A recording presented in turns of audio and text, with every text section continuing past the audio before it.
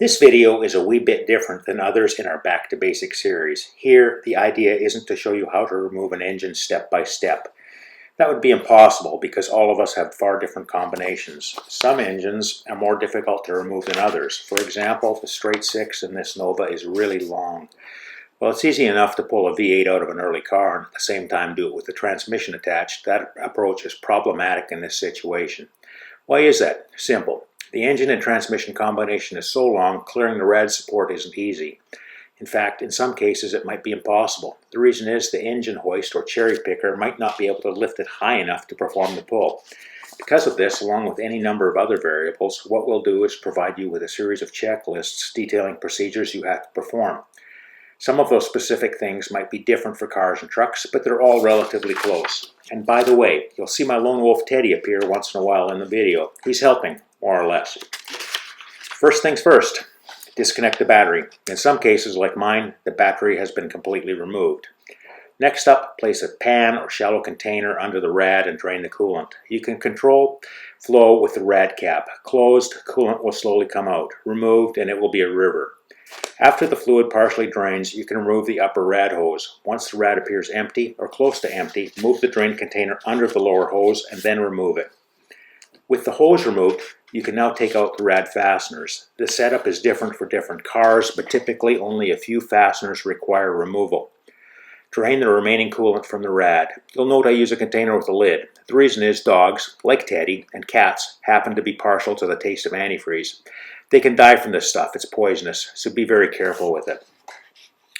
Engine accessories are next. With the 6, I removed the alternator completely because it provides a really good place to install a chain for the lift. Air cleaners, V8 distributor caps, AC pumps, power steering pumps, engine fans should all be removed. Some of the components, such as an AC pump and a power steering pump, can be wired out of the way and reinstalled when the engine goes back in. If you're not using some of the accessories, for example an engine swap, then they can be removed. The fuel pump can be disconnected at this point too. Be careful with raw gasoline because you will experience a spill. With the air cleaner off, simply use duct tape to seal the top of the carburetor. Disconnect the throttle linkage at the carburetor. Disconnect the distributor power wires. Disconnect the power brake booster hose. Disconnect the oil pressure and temperature sending unit wiring, or with mechanical gauges remove or disconnect the sending units. Disconnect the starter positive battery cable and disconnect the small starter wires. Disconnect all chassis ground straps attached to the engine. Move all of the wires and extra hoses out of the way. At this point, you can disconnect the clutch linkage and remove the clutch Z-bar. Remove the motor mount through bolts. Disconnect the heater hoses. A word of caution here, there will still be some coolant remaining in the heater core and a drain pan will be necessary. The exhaust system can now be removed. I like to have the exhaust pipes completely out of the way, wire them up if necessary. This ensures the engine will not get hung up on the pipes as it comes out. The engine is almost ready to come out, but before you accomplish this, you must remove the drive shaft. The shaft is removed at the pinion yoke on the rear axle. Remove the universal joint caps. The drive shaft can now be slid out of the transmission tail shaft. Next is the speedo cable. Remove it from the transmission tail shaft housing. If your car has a transmission control spark system, remove the wire harness that goes to the transmission. Remove the shifter linkage and, where applicable, wire it out of the way. Remove the transmission mount bolts and then remove the transmission crossmember bolts. Roll a floor jack under the transmission to support it. Remove the transmission crossmember. You'll have to plug the transmission tail shaft because it will leak. There are commercial plugs available, however a couple of plastic sandwich bags doubled up and duct taped over the tail shaft will suffice. For automatic transmission cars, disconnect and plug the cooler lines. This is the point in the removal process where you must decide if the engine and transmission comes out as one unit or if they come out separately. Keep in mind, if the engine and transmission come out in one piece, the lift with the engine hoist will be high.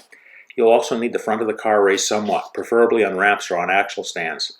This of course adds to the height your engine hoist must reach. When removing the engine and transmission in one piece, you'll also need additional room to roll the cherry picker away from the car.